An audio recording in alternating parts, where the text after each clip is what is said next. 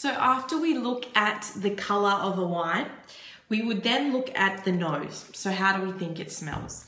Now, we often underestimate the power of our smell. Quite often what we think we taste, we actually smell. And a good way to remember how this is so is you can probably think back to a time where you've had a cold and just the flavor seems to dissipate out of, say, your food even.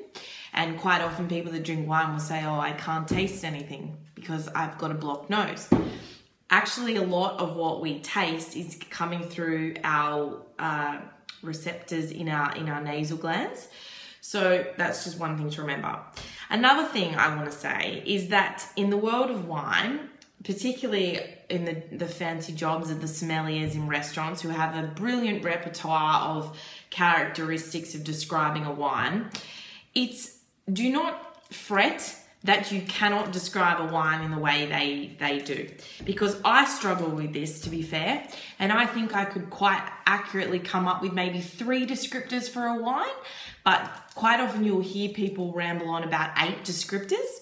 Now, science has actually proven that after 3 descriptors, it's actually difficult for your brain to be able to retain or discern those different aromas out of your glass. So if it makes you feel better, I recommend that you genuinely just think what you think and don't fret that you need to know more. I think this is one thing about the wine industry that I'm really on a mission to be genuine about.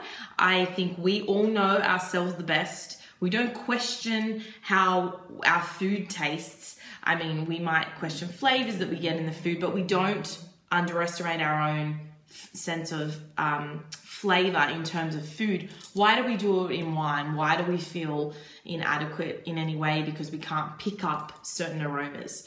So in terms of a wine, if we look at it and then we go to smell it, the first smell you have is always going to be the most powerful, because the more you keep sticking your nose in the glass, we actually cannot ingest any more information, I guess, from the glass. So if you have a good first smell, go with that. I'm looking at a wine that's from Alsace in France. It's quite textural and fruit forward. If we want to break down the fruit aromas that we get, we could look at, is it citrus? Is it like a stone fruit? So do we get like nectarine or peach or any of those? Do we get any tropical fruits? So when we're thinking of tropical fruits, when we're thinking of an island, I'm probably thinking of like pineapples and mango, passion fruit and bananas, that kind of thing. This one, when I smell it, it has kind of like a quince to it, which is not even any of the descriptors I just said, but that was a specific fruit that came to mind for me because I know I can associate it with something that I've seen out walking along the Rhone River. And that will be one other thing you'll notice. A lot of the time what you identify, it's relative to your experience. So this wine has sort of some like honeyed flavor to it, a bit of spice. We didn't go into that, but there's a whole range of, like kitchen spices. So think of what you cook with. There's a sort of like a pear aroma to it, would I say? So what have I said? Quince, spices, and pear. That's my 3, so I can't say any more anyway.